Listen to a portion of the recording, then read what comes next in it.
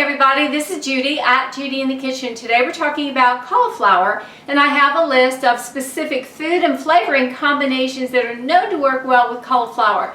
So if you're looking for some new ideas on what to do with cauliflower, hopefully this will help you out.